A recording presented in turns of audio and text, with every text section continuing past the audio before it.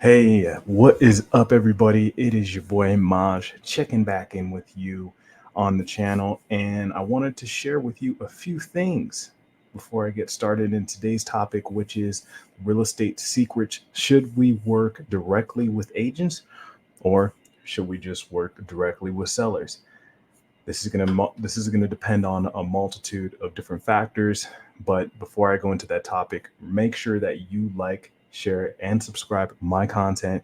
If you're here not just for the fitness, or if you're not just here for the real estate advice, I am a real estate investor slash business owner, and I just so happen to be obsessed with health and fitness and how they relate into all multitudes of life in general. And I believe how you do one thing is how you do everything. And every day, I wanted to share with you guys how I'm becoming successful in each one of these categories. And what better way to do it than to share it with you guys? But remember, before I jump into these topics, remember, please to like, share, subscribe on the Instagram, MAJSAYY. Same thing on the YouTube, right? So let's just jump into the topic of understanding if you're going to be best working directly with sellers or if you're going to be best working directly with agents. Let me close this door. Okay. So, the first thing, if you're a beginner in getting into real estate, when understanding what is the best route to do, what's the best route to pursue when marketing to on or off market, more so when you're marketing to on market deals, you're going to be coming across real estate agents, right? These real estate agents act as gatekeepers to their clients, which are the sellers, right? So most people may see this as a challenge. Most people may see it as something that's going to be a little bit detrimental. I'll go into that a little bit deeper.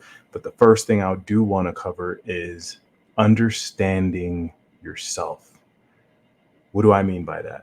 Maj, well, yeah, of course, I know myself. I know who I am. Yeah, do you really know yourself? Do you know yourself well enough to know, are you even a sociable character? Because at the beginning, I've worked with over 5, 7 teams first getting into my real estate investing career. And I realized that there's other people that aren't necessarily, let's say, savvy, so to speak, when it comes to talking to people. And at the end of the day, whether you choose direct to seller or you choose direct to agent, what you're doing is you're connecting with people. And that's the main thing that you really want to get across the table, right? How are you communicating a message to that other person? Are you communicating your message in a way that is effective and they're understanding and they're perceiving it in a way that they absorb it as beneficial for everybody, not just yourself, but is it beneficial for everybody, right? Um, if you aren't able to know yourself, the message that you're portraying to this seller or this agent, it may not stick. They may not absorb it correctly and they may think it's offensive, right? So, most importantly, it's important to know what your avatar is. I'm a part of the sub 2 community and we go over this thing called avatars, right? What does that mean? An avatar is an understanding of your set template of character traits, so to speak. And that can be anything such as doing direct to seller. You're reaching out directly to the seller and all the things underneath that direct to seller avatar that are going to make you successful, which I'll go over those later. And then same thing with direct to agent, everything that's set underneath that avatar that's going to make you successful. I'll go over that later. And then you have other things such as transaction coordinators who are going to be seeing and viewing all the details of the transaction, getting it from point A all the way to point B, C, all the way to Z to the close. Then you have things such as underwriters, people that analyze the numbers. They understand what makes a deal or successful or what makes a deal not successful, right? And you have things such as let's see, connectors, people that connect private money lenders to a deal. There's multiple different ways to become successful. And I learned that actually in the Sub2 community. If you do want to join the Sub2 community, I'll go ahead and drop a link in the description where you could join, and just tag my name, Majdi Saeed, in the link when signing up. It's of course going to support myself as well, get you a discount when signing up. All right. So next thing we're going to be doing, rolling back into the topic of knowing yourself. What are good ways to know yourself and understand if you're going to be successful doing direct to agent or direct to seller outreach? One of those would be doing things such as personality tests, Myers-Briggs tests, right? We have Clifford Strengths tests. We have a multitude of different tests that you can take in order to understand what are your strengths in order to make you successful in this field. And then the next thing of knowing yourself, and you won't really know this, and I didn't find this out myself until I actually did it, and that's take action. Just do it. Just put yourself out there, risk the possibility of failing and, getting beat up, taking the jabs, taking the hits on the chin from sellers and agents rejecting you, right? That's the best way to learn, cut and dry, without taking all these tests. And I think that's the best way that you're going to learn and get straight to the point. Just tear the Band-Aid straight off and then get to it. All right. So the next one here in part 2 is, what's the difference between the two? Given my experience, I'll start off with direct to agent. Direct to agent was something that made me shit the bed. When I first got started, I did direct to seller. I loved it. And direct to agent, the reason why it made me think this way, the reason why I thought it was a little bit more difficult, was because agents are seen as experts in the field because they have a license, right? And I didn't figure this out until later on, about maybe 6 or 8 months into my real estate investing journey, that these agents are human just like me. They bleed just like I do. They breathe the same air just like I do. And at the end of the day, that's all you're really doing here, is you're having conversations with humans. And that's the most important thing whenever you're talking to people.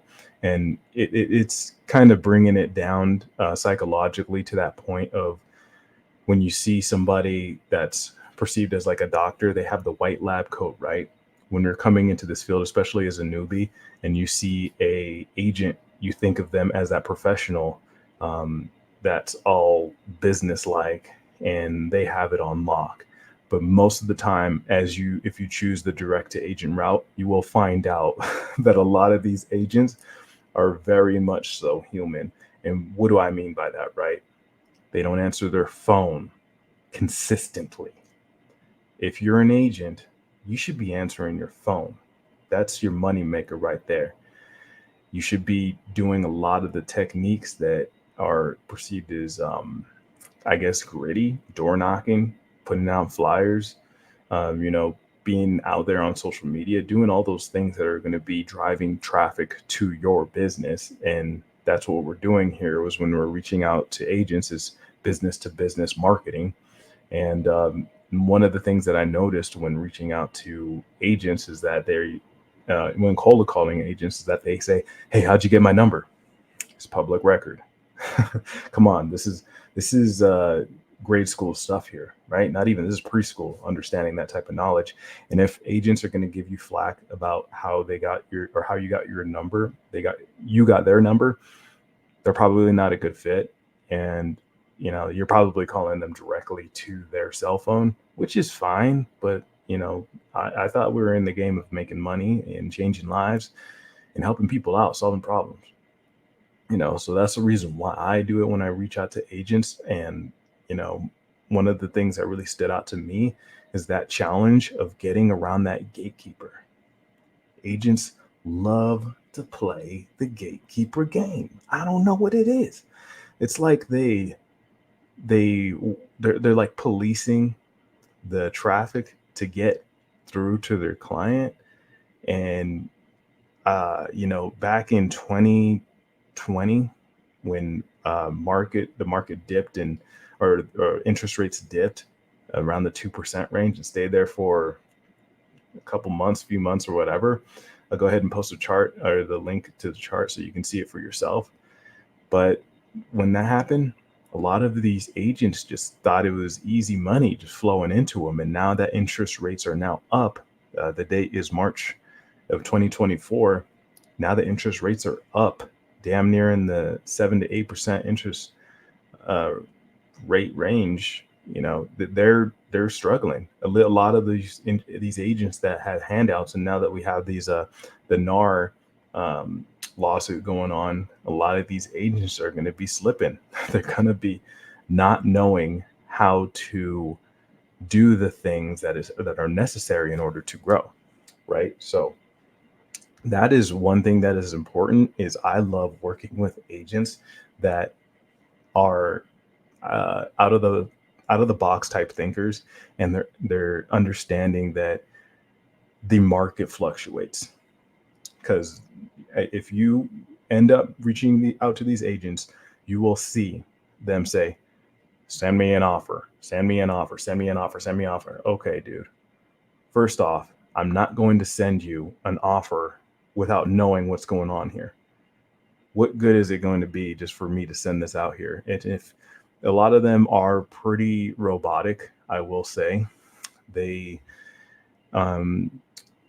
and that's understandable, but at the same time, if you want to stand out as an agent, be personable and enjoy conversation at least. If you don't want to do that, get an assistant. And if you can't afford an assistant, you probably suck. I digress. I don't want no negativity here. Anyways, that's one thing there to pay attention to is, understand that these agents are going to be seen as gatekeepers. They're going to really want to vet you out. You'll get a lot of agents that say, are you a wholesaler? Be honest with them. I tell them that I do everything. I wholesale, I do fix and flips. I also do buy and holds. My partners and I do all of the above. What makes you ask that? Why do you care?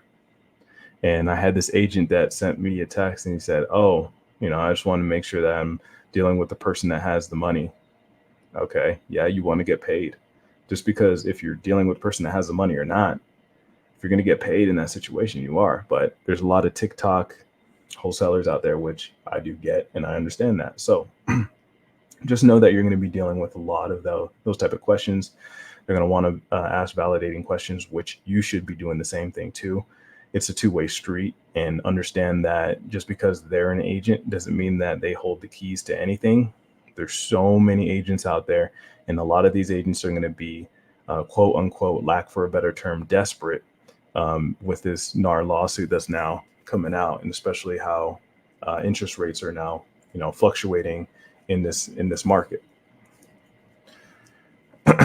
Of course, of how interest rates are fluctuating in this market. So the next one is direct to seller. Direct to seller is great. I love doing direct to seller. When I first got started, it was a breath of fresh air dealing directly with people.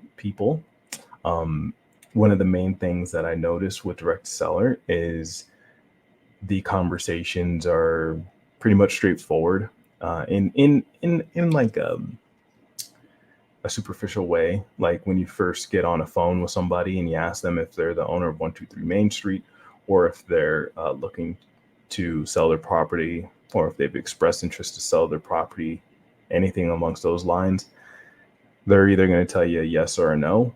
And you're actually going to have to reach out to a lot more of these contacts with direct to seller than you will with direct to agent. Why is that, right? So when you're reaching out to a direct to agent, agents are typically involved in multiple different type of deals. And, you're not coming across that with your sellers. Most sellers are going to have one property. Very rarely are they going to have multiple properties. If you're dealing with a seller that has multiple properties, definitely, communicate with them that you are looking to buy all of them. And, between your partners and yourself, that should be the goal, because you'll come across sellers that if they say no, they're not interested in selling. It's good to ask for that referral, right? This is business. It's always important to ask for referrals if you're getting a no. So if you have a seller that says, "Oh no, I'm not interested," okay, Mr. and Mrs. Seller, that's totally fine. I understand. How about your neighbors? Do you think they might be interested in selling? Because we do pay a pretty hefty referral fee. Just drop that on them, see what they say. If it's a no, I don't know anybody, fine. All right, well, if you happen to stumble across anybody else that's looking to sell, feel free to pass on my number, my information, and you'll get that referral fee. Boom, planted the seed. And that's all we're really doing here, right? We're planting seeds. We're planting seeds and nurturing them on a daily basis, because you will have to follow up with them. And, with these sellers, it is important to understand that it does take a little bit more of that psychological understanding when talking to sellers, because these sellers are not just going to be, if you're going after the right ones, that is, they're not just going to be your regular Joe Schmoes. You should be going after motivated leads. And those sellers that actually do have multiple properties, for example, are going to be your landlords, meaning that you're probably going after a tired landlord list. What type of list are you pulling when reaching out direct to seller? That's going to be crucial. That's going to be something that's going to lead you to success, is the quality of data when reaching out to them. For myself, I started off doing foreclosures, and I got the records directly from title companies. Just reached out, Googled title companies, checked out their reviews, saw how they were doing, made a connection with a title rep, and they now send me lists of foreclosures every week. And I wouldn't say that these are the freshest leads, because it is important to understand that the quicker that you can get access to fresh leads is going to be advantageous in this environment. So if you're able to get these motivated sellers, and you're able to connect with them on a personal level and bring value to them, that's where you're going to make most of the value exchange there. So that is one there for direct to seller. Another point with doing direct to seller, I want to tap on this a little bit further, is understanding the psychology.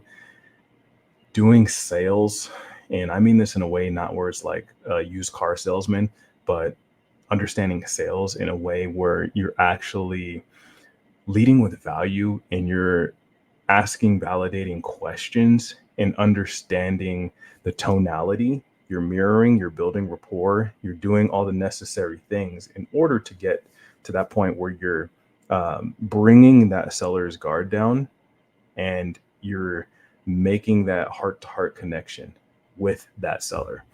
And this is going to be crucial for those sellers that have high motivation, because when we are reaching out to these sellers, they're in a divorce, they're going through a divorce, they're going through foreclosure, they just had a death in the family. If they're going through all three, for sure, you definitely want to connect with them on a level that is valuable, and you're not just asking them, "Hey, Mr. and Mrs. Seller, I'm looking to buy a property." That you can do that, but it's not the sniper approach. And that's what I did at first, as I was just asking that question. Is like, "Hey, are you interested in selling your property?" You'll get hung up on so many times, and it might become frustrating. But if you're like me and you're just going to become gritty, you're going to learn to pivot. You're going to learn to adjust. That's the best thing that you can do in this environment, is just learn to pivot, learn to adjust, re-strategize, and then aim again. Right? So that's the approach that I wanted to share with you, with both direct to agent and direct to seller. And the next one is, next topic to know whether you should ditch agents or you should go direct to seller, is what does it take to be successful in each? I'm just going to cover three real quick, because I've been going a little bit longer than I anticipated on this video. And that is with direct to agent, understand that these agents, they love getting their head pumped up. What do I mean by that? They have big egos. You'll notice when you call an agent, and especially if you're talking about things such as creative finance, they will talk to you about how many deals they've done, how long they've been in the industry, how many doors they own if they're an investor. They'll go through the whole nine just to build up that facade that they are this function, this whoa, like it's a big deal. That shit does not impress me. But what I will do with that information, if you understand psychology, because you need to, if you, like, again, I'll bring it back to it full circle. All we're doing here is we're having conversations with people. If you're able to understand behavioral psychology, this is going to help you be successful in this field, whether you're doing DTA or DTS. Whatever somebody tells you, especially after you ask them a question, whatever they tell you, take it in, understand what they're saying, repeat it back to them so that they know that you are listening.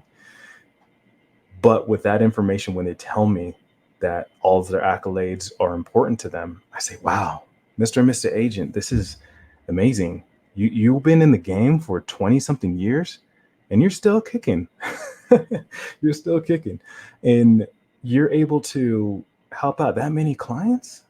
Wow, that's amazing. How do you do it? Oh, it's not easy. No, it definitely isn't. What's your secret sauce? Share with me. I want to learn from you.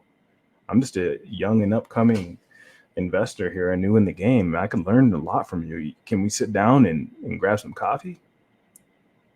Simple stuff like that. Put them on a pedestal. Agents love being put on a pedestal. That's one of the most important things that you can understand when making that outreach, is that agents will, A, they'll really build themselves up. B, they want to be a goalie. And they don't want you to score most of the time, especially if you're coming across as a know-it-all. So your ego may take a little bit of a hit if you're going to blow them up. But if you're doing it in a way where you're coming from an intentional place of bringing value, you shouldn't really care. And I'm not saying degrade yourself by any means. That's not what I'm saying. What I'm saying is understand the whole situation for what it is. And it's like chess when you're having a conversation with these agents. That's the whole reason why I decided to talk to agents. It's because it becomes a game of chess, right? So the next one that I want to do is, or share with you guys, is that understand the upfront contract. And I follow this thing called the Sandler Sales Submarine. It's a book that originated from, or it's a sales. It's a sales process that originates from the book You Can't Teach a Kid How to Ride a Bike at a Seminar. Really good book. Highly recommend that you read it. And in this book, they start off with the Sandler Sales Submarine. And the first part of the book, they mentioned that you need to set the upfront contract. I don't like using the word contract, but what this essentially means is that you set the expectation of the conversation. Hey, Mr. and Mrs. Agent, my name is Maj. I'm an investor locally in Colorado, and I saw your property here on 123 Main Street, and it matches our buying criteria. I was kind of curious about it. I saw it on Zillow. I just want to see if you have some time to talk about it. The reason, there's multiple ways you can go about it. I don't follow a script myself, but I do have my team follow a script.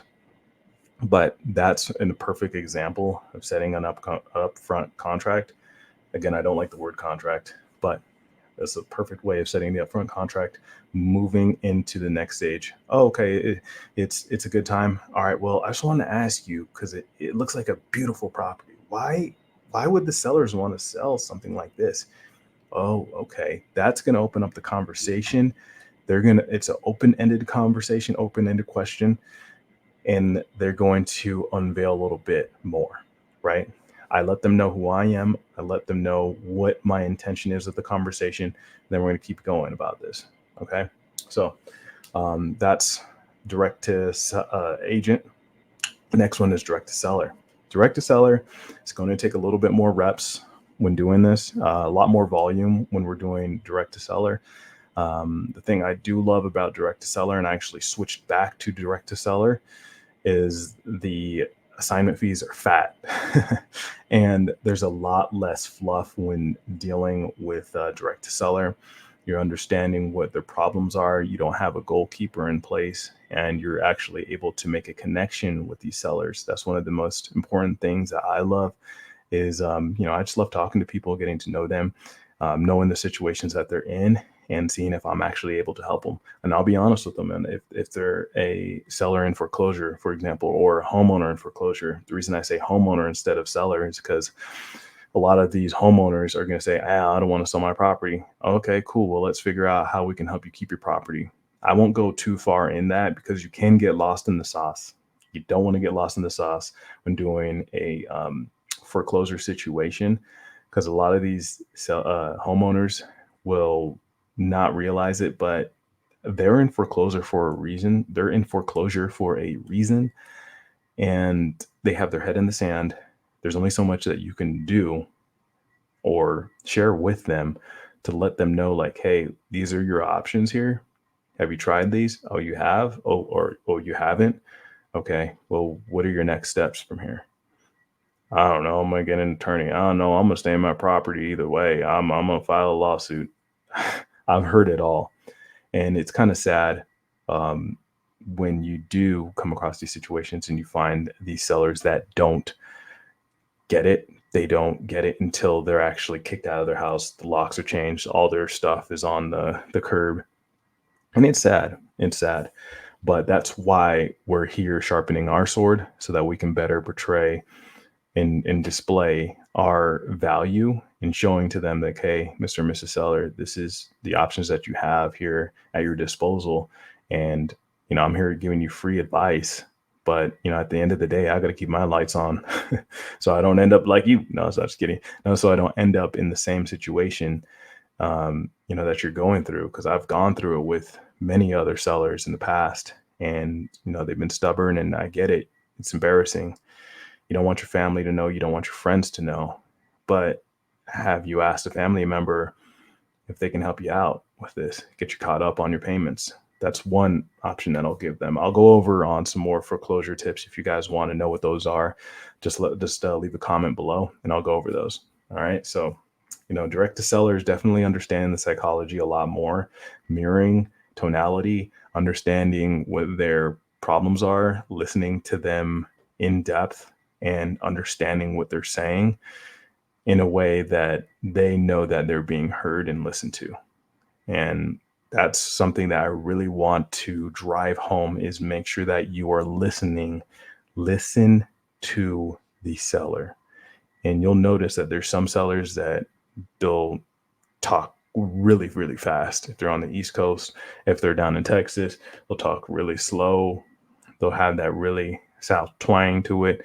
And I love using accents and changing up my voice and tonality when talking to these people, because it's all about having fun, right? When at the end of the day, if you're going to keep doing this thing and lasting in this, you want to have fun while doing it. So that is direct to seller. Which one is going to be good for you? I don't know. That's up to you to really decide. I want to understand in the comments, if you can post in the comments, which one you think is going to be best fit for you, or if even doing seller or agent outreach may not work for you, and why. Understand why, right? So which one is better? This is the last thing I'm going to touch on for this topic. And the thing that I decided on is that, yes, it's good getting deals from agents, because I've had agents that I'm teamed up with right now. They bring me deals monthly. There's some agents that bring me deals bi-weekly. Really just depends. So I love doing direct to seller. And the reason for that, I love doing both. Let me just say that. I love doing both, right? But one of the reasons why I'll kind of have direct to seller a little bit more on the forefront is because I just have a regular conversation with these people. There's no real tie-in for them except for their actual motivation. And at the end of the day, with agents, their motivation could be kind of multiple things. It can just be their ego, just wanting to flaunt how many deals they've done in XYZ, or, just being a gatekeeper because they've been bullied in school and they just want to have power, whatever the stakes may be. But you can also come across that with some sellers from time to time. But most of the time, I don't deal with those sellers because it is going to be a two-way street, right? Like at the end of the day, we're not going to be connecting with people and forcing a situation. And that's something that I went into heavily at the beginning, was I was just forcing the situation. And that's something you don't want to do. Doing sales or connecting with people is just asking validating questions, asking the right questions, open-ended questions, understanding the answers, and then asking another questions, being very curious about them. You'll find out the secret from the Sandler Sales Submarine. And yeah, that's the main thing, man. If you're like me and you love the challenge, do them both. It's only going to make you better with having conversations with humans. It is important to know that if you're going to have a conversation with a human, they're going to if you're having conversations with humans in a way where it's going to be a harmonic conversation and the conversation just flows and your framing is perfect. That's something that I needed to work on heavily when I first got started, was framing the conversation. And if you want to go into all these technical terms, I can go through those on a separate video. Just let me know in the comments below. But that's something that's going to be huge, is that understanding with framing for both direct to seller and direct to agent. And again, I love talking to sellers. The conversations just go into multiple different aspects, and I find myself on conversations for 1 to 2 hours. I don't mind it myself, because at the end of the day, it's about what makes me happy, and it should be the same for you. But if money makes you happy too, sure, by all means. But I think money is just a byproduct of the value that you exchange with another individual, and it's always going to be there if you're living in abundance. So that's another thing too, is mindset. That's going to be huge going into this. What is your mindset when dealing with these different sellers or agents going into the conversation? What is your intention? How's your upfront contract? How is your rapport built up? And are you going through each stage of the conversation in a way where you're shutting down objections and you're overcoming objections, and you're sharing with them that, hey, you tell me as to what's going on with your next step. This is what has happened for Miss Sandy and Miss Jill across the street, and we help them with this. What difference is it going to be if we come across the same situation with you? Don't you think it will help you out? Okay, how would it not? Just asking those type of questions, the quality questions, are going to be crucial, right? So that's it for this video on the channel. That's it for this video on the channel. Remember to like, share, subscribe my content on YouTube, MAJSAYY, where every day I'm sharing with y'all how I'm becoming a better version every single day. And what better way to do it than to share it with y'all? So it's always still going to be on my Instagram. Remember to like, share, subscribe. And I go over some topics, not just from health, but investing, finances, personal growth, all of it. And if you are looking to do a podcast with myself on the Wealth Via Health podcast, I am now just starting that up. We got episode 1 live. I'm going to be doing episode 2 here shortly. Definitely tag me in the comment section below, or just reach out to me in my DMs on Instagram, and we'll make it happen.